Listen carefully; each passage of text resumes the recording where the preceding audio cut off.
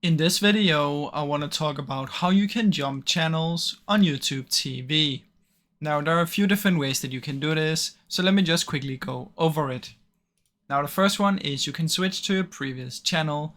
So while you're watching a program, just press and hold the OK or the select button on your remote, and this should take you back to the last channel or program you were watching. Now, another thing that you can do is you can use the channel up and down buttons on your remote. So if you're using on the TV, you can just do this and navigate through the live channels. Now you can also go to the mini guide. So while you're watching the live TV, if you press down arrow on your remote 3 times, this will bring up a mini guide at the bottom of the screen. And from there you can just select another channel that you want to switch it to. So that is basically how that works, guys. Now I really hope you enjoyed this short video. If you did, please leave a like and subscribe, as it helps me out a ton. Thank you so much for watching.